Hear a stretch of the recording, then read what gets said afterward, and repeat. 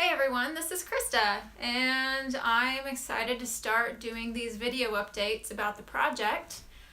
I am now in Ireland, which is amazing. It's so beautiful here, and I don't know, I've been in the UK for a week now, and there's just been so many divine appointments, and I'm really excited to share more with you guys about what's been going on.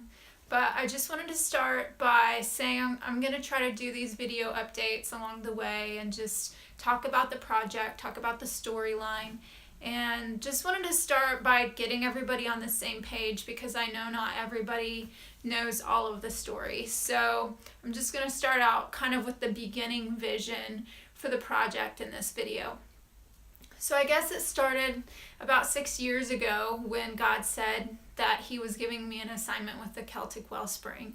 Back then I had no idea what that meant, but obviously knew that in the future God would begin to unfold it. So about 3 or 4 years ago he said it's time. And so just piece by piece he started opening me up to this storyline of the Celtic wellspring, and then just being amazed at this thread of the connections that began to take place. And I want to relate this to the concept of God's storyline. We know that God is writing a storyline all throughout human history, and he knows every piece from the beginning to the end. Just as he knows every hair on our head, he knows every thread of this tapestry that he's putting together. And sometimes we don't have all of those threads documented, but it's all within the heart of God. He knows all of it from beginning to end. So I'm finding myself on this adventure to find this storyline. He's saying, Krista, this is my storyline, and I want you to record it. And I'm in this place at times saying, how do I document something that isn't always necessarily going to be found within the records of history? There's going to be some allusion to it at times. And he was reminding me of the Bible and how you have these prophets writing down these encounters, basically this story that God is giving them. And really, there is no scholarly backing for what they're writing. The backing that comes upon God's story is the evidence of his power coming forth through the fruit of what's being spoken and what's being written down. And I really hope that that is going to be the fruit of this project, knowing that God is the one writing this story, and that I'm just being faithful to partner with him in the recording of it, to see it released and what he would want to use it for in this generation. Because I do believe that it is on his heart that this story comes forth because of what he desires to release and move upon in this generation. Which kind of brings me to what I believe is the real theme of this story. And it's this story that spans over a couple thousand years, and it weaves this thread between Israel, the Celtic nations, and the Appalachian region of America, which would be Kentucky, Tennessee, Virginia, the Carolinas. It's all in that area. And the theme of this storyline, I believe, is the tabernacle of David. So the tabernacle of David, I believe that we're coming into a time when God is beginning to stir the hearts of people into partnership with him. Because it says that in the last days, God himself is going to raise up that fallen tent of David. And he's looking for partners to come and build with him. Just as Moses sent out that call to the artisans to come and build the house.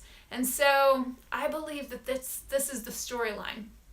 So here I am thinking about the tent of David and what that looks like.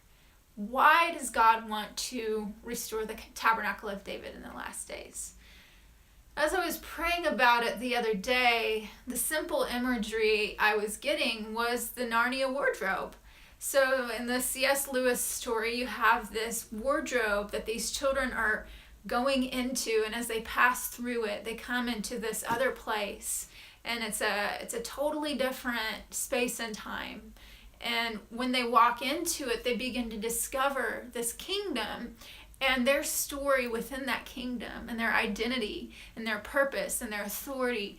I believe that's truly the invitation that God is giving into this generation.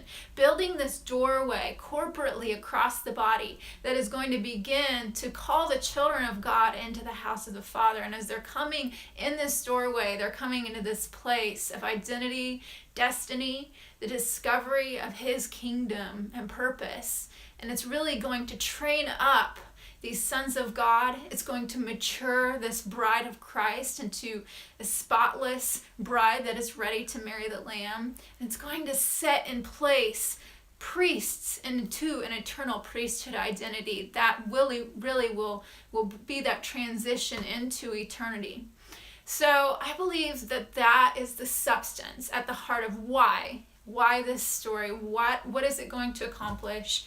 And then so the assignment, I believe that there is a physical assignment and a spiritual assignment.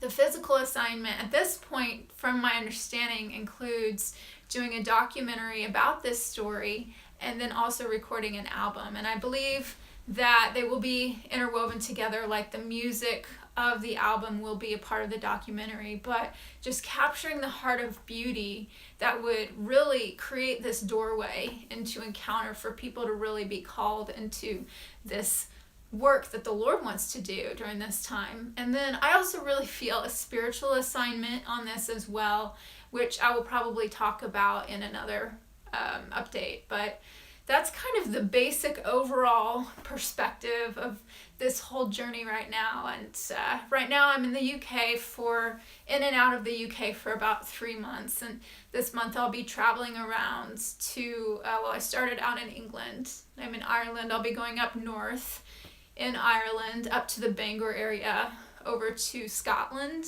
and then back into England. And then at some point I'll also be in Wales. So I'll try to keep you guys updated along the way. And yeah, just thank you so much for partnering in prayer and just all of your encouragement. I really believe that something exciting is happening with this. So thank you all.